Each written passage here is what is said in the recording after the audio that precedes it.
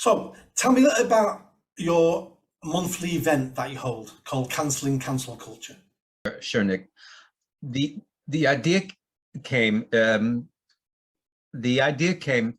I was London. So you had mentioned the Free Speech Union, and I've been a member of the Free Speech Union that's based out of London, and they focus on issues of obviously of free speech. And I was thinking that why all these great events and things happen in London, and I didn't see anything happening in Manchester. I thought, shouldn't we have something like that? Instead of just waiting for something, it's time to just get up and do something. So I've got this group, and it's through the app called Meetup. It's also a website called Canceling Cancel Culture. And what we meet once a month and have speakers like yourself come talk about different issues. And we live in very interesting times. And it seems to me that there only one point of view is allowed these days, and if you go against a certain worldview, then you are canceled. You might lose friends, you might lose work, all kinds of things. And I believe that people should be able to speak their mind without fear of being canceled.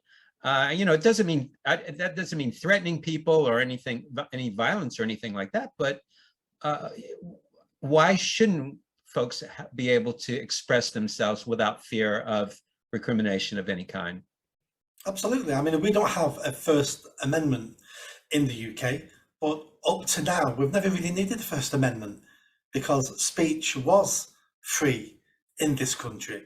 But something changed 10 years ago, well, maybe 30 years ago. It's been a very, very, very slow change where, first of all, we were told not to say things, and because we're polite, we didn't say it. And then we've got to a stage now where some things now are semi-illegal to say. Some things on the internet are illegal to say. So, I mean, you can have a conversation in person and that doesn't break the law. But if I tweet those things to you or email you those things, it breaks the Communication Act, and now I'm a criminal. So some of the things are just extremely strange. And when I went, what a great bunch of people your group was. Very interesting, very diverse points of view.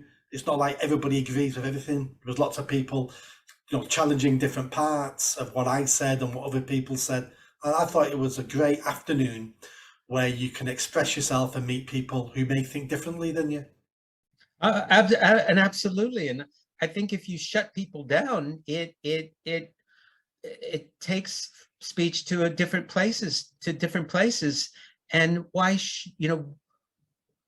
we've seen it in Twitter, we've seen it in YouTube. If you go against a certain point of view, you get canceled, you'll get kicked off of Twitter, you'll get demonetized off of YouTube for just questioning certain things or believing in a certain way or anything like that. And to me, the answer to speech that you don't like is more speech, not stifling speech. That's not the right way. And maybe in this country, we've taken it for granted. Maybe that's what it's been. We've taken it for granted and just assumed that we'd always have that. And you see in the United States, that's been happening in the States too. And Americans are fighting back. You see with Elon Musk, potentially taking over Twitter, that that type of thing, where they say they're a free speech avenue, and yet we know that they're not. When people say they support free speech, what they usually mean is, I support my free speech because I'm amazing. I know right from wrong. I've got all the right opinions. You're the one with the wrong opinions, and we need to control what you say because you're wrong. It doesn't apply to me because I'm amazing. And that's what we need to get away from, because you're right, the answer to poor ideas and poor speech is more speech and more ideas, because that's how we'll eventually get to the best ideas, is by having as much speech as possible and filtering out the rubbish, and what's left then will be good ideas. Well, let me say, Nick, you are amazing. Come on now, I know you are amazing. I have to say that.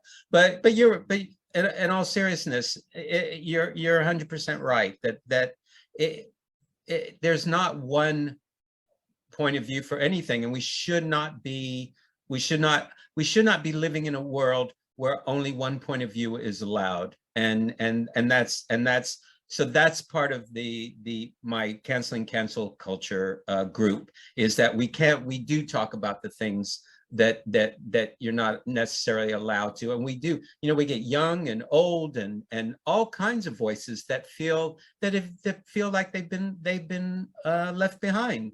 And that's the idea. So that's how, when I started, so we average about maybe 30 people, 40 people a month that come to my group, sometimes different, sometimes that. But what I was thinking of, and going back to what goes on in London, I thought, why shouldn't Manchester have an event, a big event, where you get people talking about free speech and all of that? And that kind of leads us up to how you and our paths kind of crossed. And that's how you mentioned it a little bit, but I was thinking, let's talk about free speech, and on a bigger venue that's open to the public in Manchester, have a great event, and really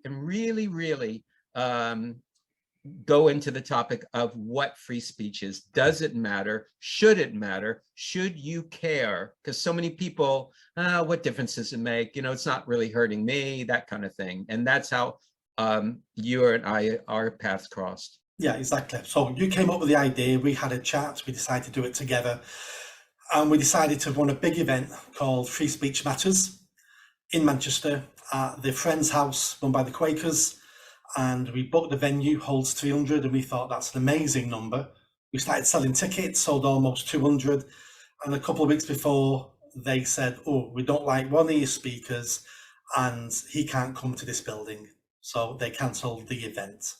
That's right. Just when you and I were we were living large, man. We were thinking this is going to be great. We were getting so happy, and of course our world came crashing down just when you get comfortable.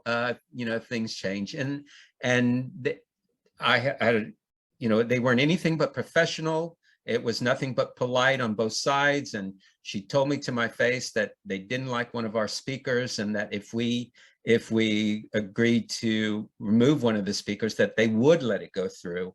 And I'll be honest, for a split second, I thought, well, I really, really want to have this. And then I snapped out of it. Because then you realized it wouldn't be a free speech event, would it? It would be an event with approved speakers. Oh, exactly. And I said to her, basically, I said, listen, what kind of man would I be if I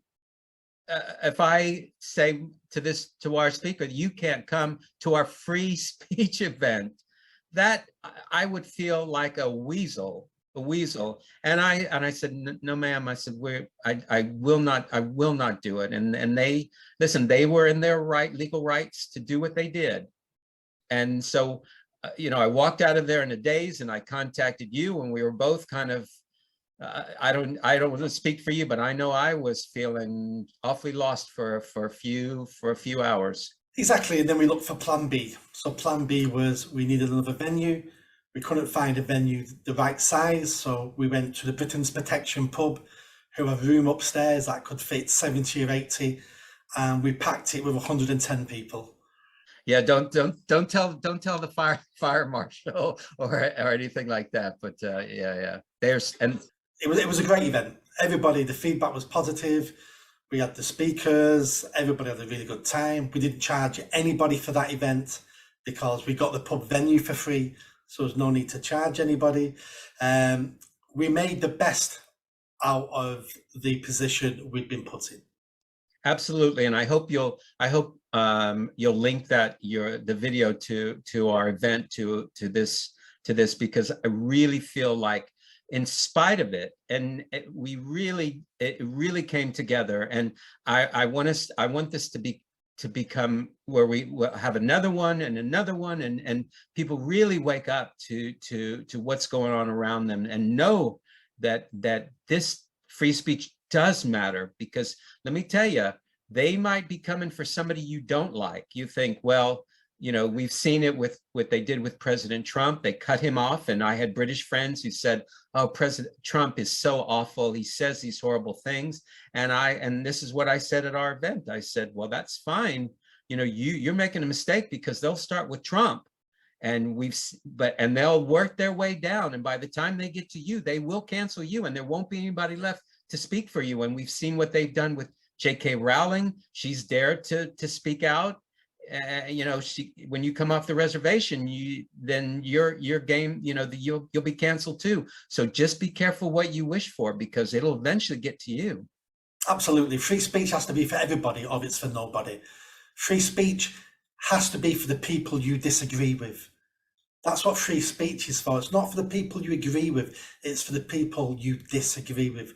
You have to ensure they have free speech. It was a great event, and I'm sure we will do something again towards the end of the year or the beginning of next year. And so keep a watch out for that, everybody. And there'll be some links flying around when we've organised somewhere.